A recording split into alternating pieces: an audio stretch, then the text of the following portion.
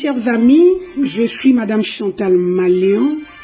Aujourd'hui, je veux vous parler d'un pays qui s'est hissé sur le rang des pays développés. Nous sommes dans les années 60. La Corée du Sud figurait parmi les pays les plus pauvres du monde. Les Coréens étaient tellement pauvres qu'ils devaient vendre leurs cheveux pour survivre. Aujourd'hui, la Corée du Sud, nous le constatons tous, est dans le camp des pays développés, puisqu'il fait partie du G20. Le pays s'appuie sur les efforts, mais aussi sur le dévouement de sa population et de son gouvernement, qui donne au travail et à l'éducation une place de choix.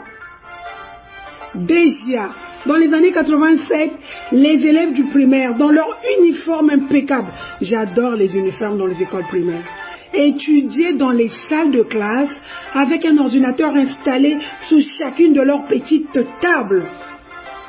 Les élèves coréens, aujourd'hui, survolent haut la main les classements de PISA.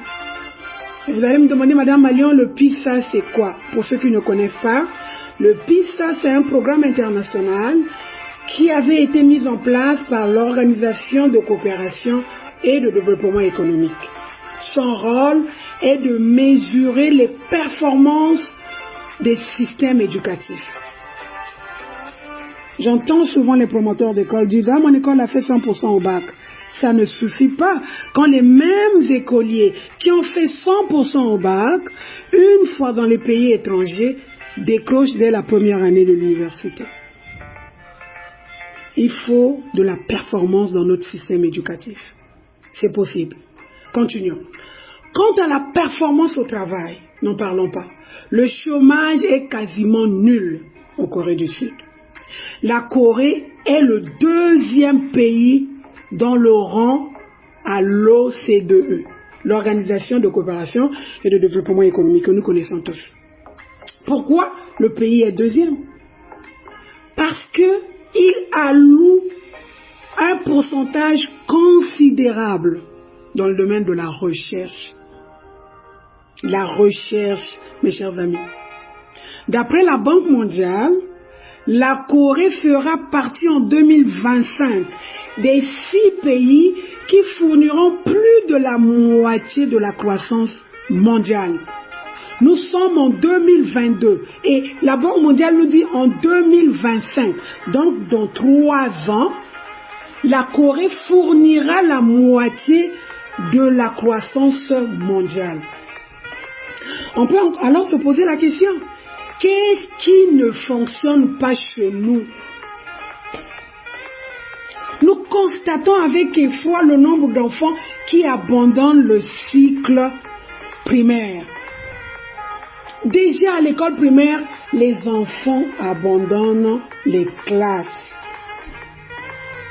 Vous avez remarqué quand il y a eu des élections législatives, tous ceux qui étaient derrière, qui pataugeaient dans la fumée, dans la poussière, c'était des enfants, pour la plupart qui ne vont plus à l'école.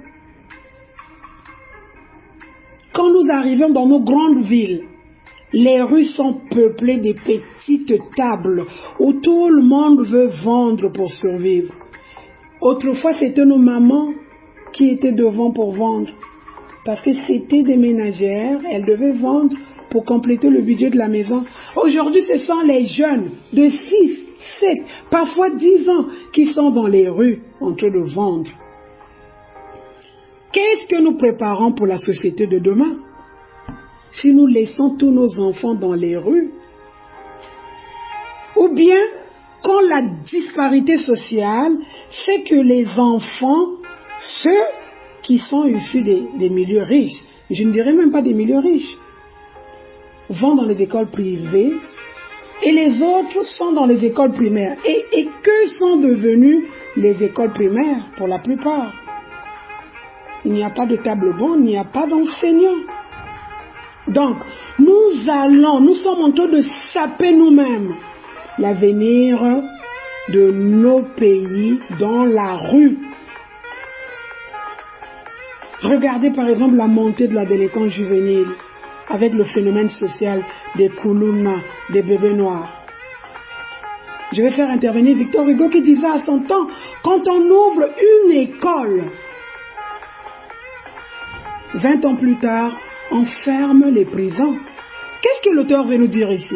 Que les États qui ouvriront plus d'écoles primaires, je dis bien d'écoles primaires publiques, parce que nous ne pouvons pas, nous tous, envoyer nos enfants dans les écoles privées.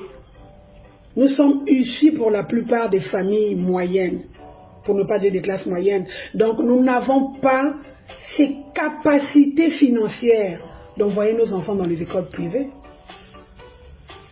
La force de l'État, c'est dans l'éducation et dans l'éducation publique.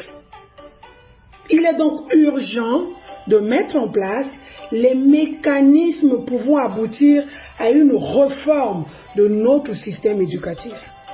Et quand je dis réforme, ça doit partir de la maternelle au supérieur, en passant par le primaire et le secondaire. L'éducation doit donner une formation humaine à nos enfants en intégrant les besoins et les réalités du moment.